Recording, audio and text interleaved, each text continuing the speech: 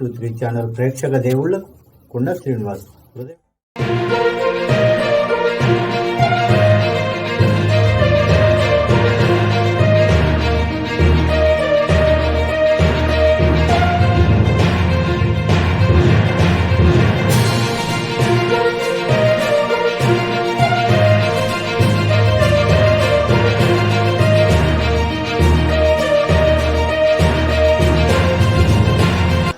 మన శేరిలింగంపల్లి నియోజకవర్గంలో ఈరోజు మొదటిసారిగా మన నియోజకవర్గం పరిధిలోని ఇక్కడ నల్లగండ్లకు ఇక్కడ రాకముందు చందానగర్ పరిధిలో సంతోష్ మాత టెంపుల్ హుడా ఫేజ్ 2 కు వచ్చి అక్కడ నుంచి నేరుగా ఇక్కడ రావడం జరిగింది.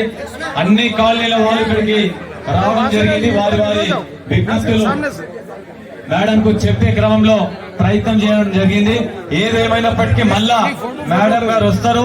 శేరిలింగంపల్లి నియోజకవర్గంలో మరి భిన్నమైనటువంటి జనాభా, mass, class, IT, real estate అన్ని రంగాలకు సంబంధించినటువంటి మరి జనాభా ఉంది. ప్రత్యేకించి ఈ శేరిలింగంపల్లిలో అందరూ భావిస్తున్నట్టు సంపూర్ణమైనటువంటి సమగ్రమైనటువంటి అభివృద్ధి అయిపోయింది, అభివృద్ధి చేసేసినాం అని గొప్పలు చెప్పుకుంటా ఉన్నారు.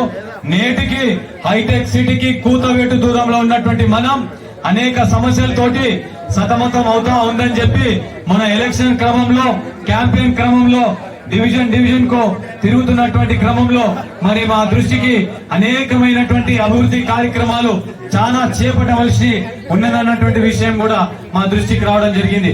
ఒక మ్యాన్ హోల్ ఎల్లమ్మబండలో పీజీఆర్ నగర్ లో ఎప్పుడైతే ఇంద్రమ్మ గారు ఉన్నప్పుడు ఇచ్చినటువంటి కాలనీ మరి అది సంపూర్ణమైనటువంటి కాంగ్రెస్ పార్టీకి సంబంధించిందని మరి భావించి 10 సంవత్సరాలు మరి వాళ్ళు రూలింగ్ లో ఉన్న ఒక మ్యాన్హోల్ ఏదైతే సుమారు 10-15 ఫీట్లు ఉందో మరి ఆ మ్యాన్హోల్ కూడా పూర్తి కాలేనటువంటి పరిస్థితి.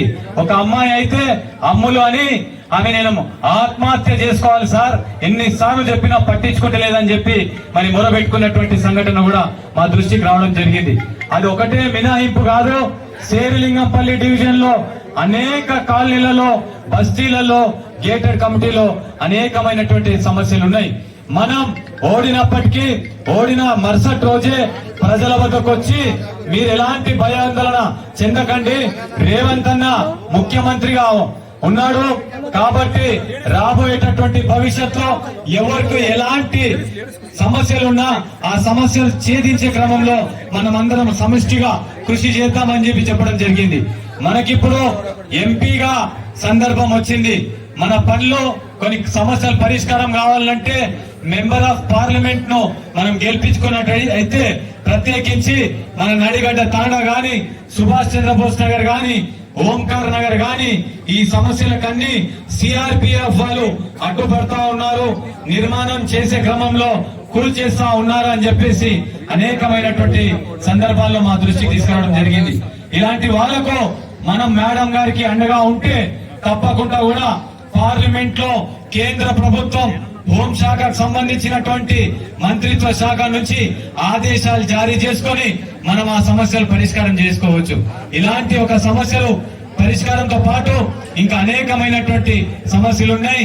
ఆ సమస్యలన్నీ కూడా మనం ఫేజ్ వైజ్ గా మేడం దృష్టికి తీసుకెళ్లి అవన్నీ కూడా పరిష్కారం చేసుకుందామని చెప్పి ఈ సందర్భంగా మనవి చేసుకుంటూ శేరిలింగంపల్లిలో ఉన్నటువంటి కంటెస్టెడ్ కార్పొరేటర్లు గాని, ఉన్నటువంటి కాంగ్రెస్ కార్యకర్తలు గాని, నూతనంగా వచ్చినటువంటి కాంగ్రెస్ పార్టీలో చేరినటువంటి వ్యక్తులు గాని అందరి యొక్క ఆశయం, అందరి యొక్క లక్ష్యం ఈ శేరిలింగంపల్లి నియోజకవర్గంలో కాంగ్రెస్ పార్టీని ఏ విధంగా అయితే పీజీఆర్ గారు మరి రెపరెపలాడిచ్చారో బతుకున్నంత వరకు కూడా అదే మాదిరిగా తిరిగి పూర్వ వైభవం మనం సొంతం చేసుకోబోతా ఉన్నామని చెప్పేసి సభాముఖంగా తెలియజేసి ఎవరు కూడా ఎలాంటి నిరాశ గాని, నిరుత్సాహం గాని ఎప్పుడు కూడా అలాంటి పరిస్థితులు రావద్దని చెప్పి మనకు రేవంత్ అన్న గారు ముఖ్యమంత్రిగా పదవి బాధ్యతలు స్వీకరించినటువంటి తక్షణమే 2 రోజుల్లోనే 2 గ్యారెంటీలు అమలు చేసినటువంటి విషయం మనం అందరికి కూడా తెలుసు.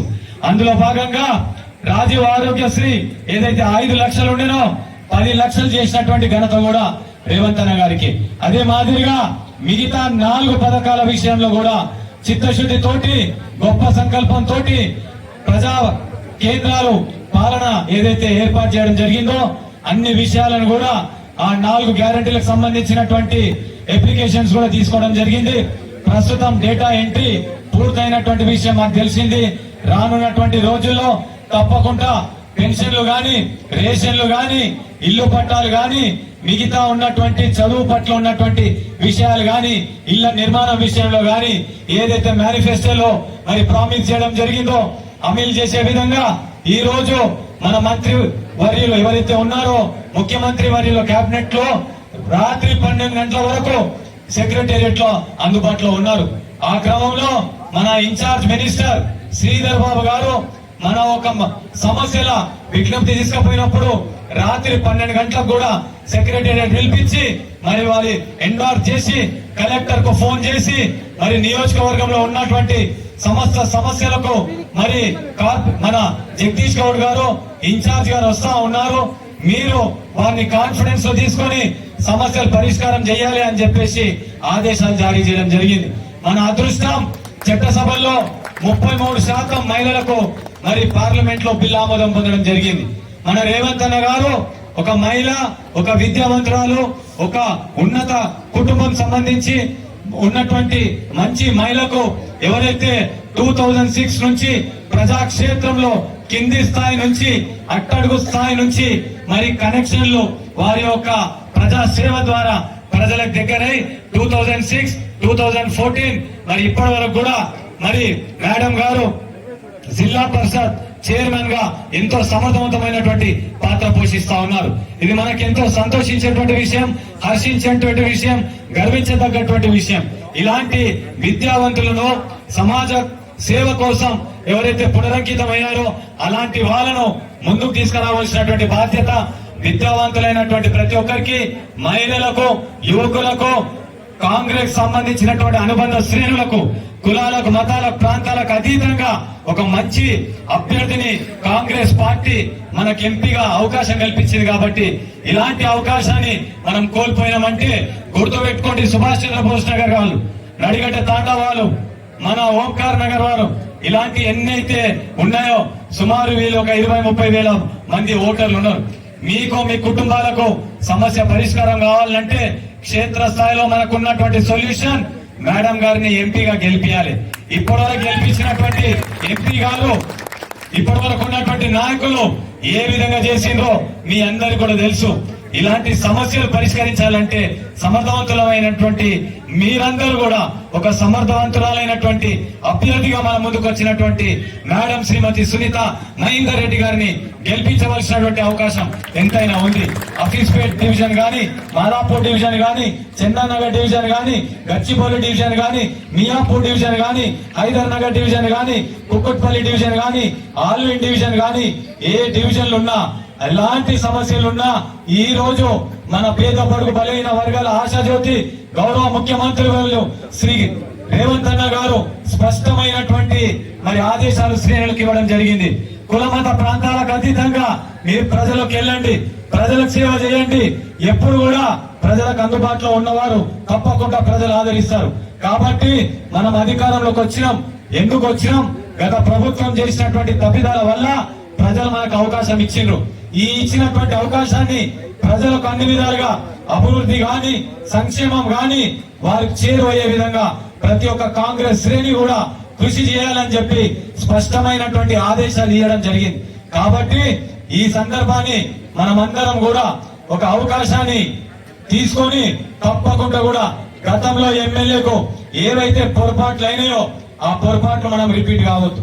మళ్ళా రిపీట్ అయిందంటే మనకి ఇంకా అర్థమే ఉండదు. ఇక మనం ఎలక్షన్లు నిలబడే పెడతాం. కాబట్టి ప్రతి ఒక్క కాంగ్రెస్ కార్యకర్త ఒక క్రమశిక్షణ గల సిపాయి లాగా మనం ముందుండాలి. ఉన్నటువంటి సమయాన్ని బూత్ లెవెల్లో ప్రతి ఒక్కరు బూత్ కు 10 మంది, మాకు 725 బూత్లు ఉంటే సుమారు 200 బూత్ల వరకు బూత్ కు 10 మందిని మేము ఆల్రెడీ గాంధీ భవన్ కి అప్పచెప్పడం జరిగింది.